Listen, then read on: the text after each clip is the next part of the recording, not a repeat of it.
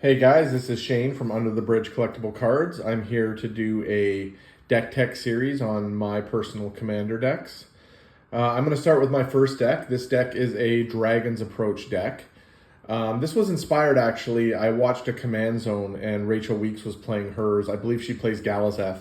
And this deck was inspired from that, and it's had a couple iterations. But right now I am running my Ral Monsoon Mage. I have that in a Koba. 9.5 gem mint. It is the textured. I find he's really good. He's not crazy threatening, and I love the fact that his static is the spells cost one less, so that really helps with the Dragon Approach cycling. So that's the commander I'm running for it. The deck starts, obviously, there's going to be 25 of the foil Dragon's Approaches. It's the core of the deck, allows me to search, allows me to do damage. They're a win con all on their own, obviously, and it's really easy to cycle, especially when you make them cheap. We're going to go in now to the Mana Rocks, Talisman of Creativity, Ruby Medallion, Is It Signet, Sol Ring, and a Arcane Signet. The deck is pretty low mana cost for the most part. I don't often hard cast dragons, so I could run a couple more rocks, but I found with the Dragon's Approaches that it's, I don't have to go too crazy on it. So we'll go into my creatures. Most of the creatures here all enable me to draw cards. Burgi, obviously, for the mana, and I love the backside of Burgi. It's underrated for discard a card and exile the top two. Ragavan, play red, play Ragavan, it's that simple. Storm Kiln for obviously crazy turns, making treasures. Extra damage with Consecration Mage. And of course Vivi, the evil Vivi. I tried Vivi as the commander for a while, but just really drew way too much hate, and I found that it was in the command zone all the time. So I put Vivi in the 99 as an experiment, obviously broken card, and it didn't work as commander, but I'd still like to have it in there. Into the removal. This is the, obviously, Cyclonic Rift, Ill-Timed Explosion, Blasphemous Act. It's all mass removal there. Mass disruption, just to protect me, protect the board. Into the draw. Rhystic Study, Jessica's Will, Seagate Restoration. Love this card. Done so much damage in games. Helped me win so many games. Windfall's a great card. Wheel of Fortune, nothing needs to be said about that. Wheel of Misfortune. Valakut Awakening, another underrated card with the MDFC. Brain Surge, I really like this card, especially when I can play it for 2. Makes it really good. And then I play this strictly for the MDFC side. If I need it, I can play it for 2 with my commander, but it's mostly for the dual land on the MDFC side. I do run 2 tutors. I run Gamble and Mystical Tutor. Really important for getting Gamble, getting the Sol Ring, or getting a head on board. Gamble, actually, I gamble a lot for a card that's coming up, and it's a super important card in this deck. Mystical Tutor. This is a Bracket 4 deck, so I do run a couple tutors. Going in, Mana Geyser for explosive turns. I am experimenting with Season of the Bold. I really like it. Don't know if I'm going to keep it yet, but there is some versatility there, and I do like it. We're going to go with removal here. Suspend, cheap removal. Chaos Warp. Reality Shift, cheap removal. Pongify, cheap removal. For more disruption, Mana Drain, which I believe is the best counter in Magic. Fierce Guardianship is definitely up there, but I like Mana Drain the best. I do run a Fierce Guardianship as well, protect my commander and my board. And this is the card, Locket of Yesterdays. I tutor for this a lot as well. This is a super important card.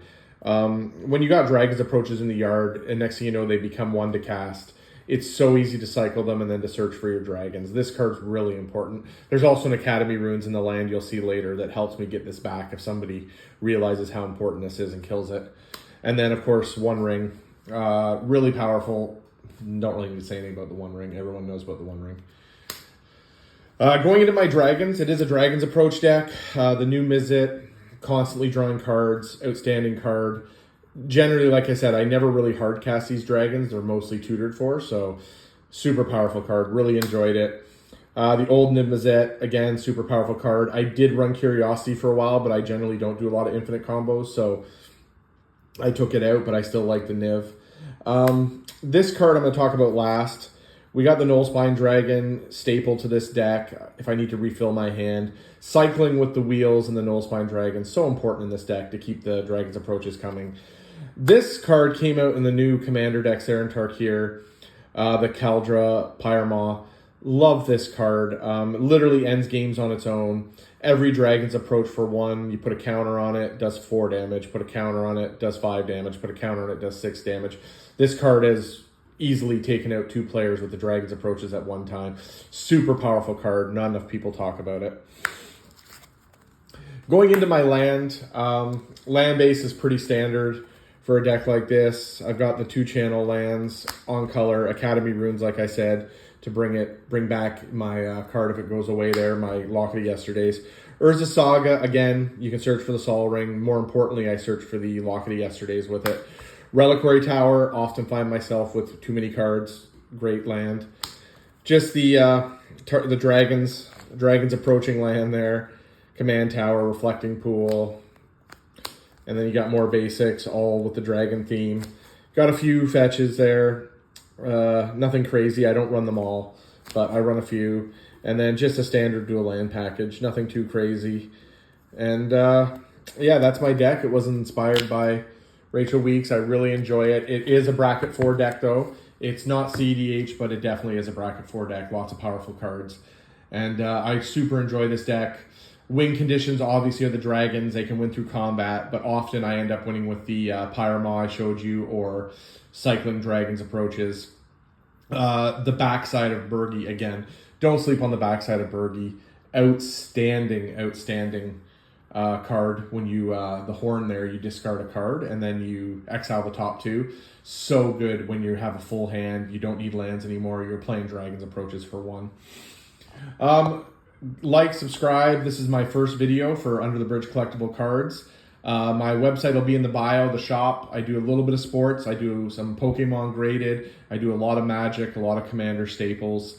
Check it out. Free shipping over $250. And this is one of my first decks. I just thought I'd give you guys an insight to what I play.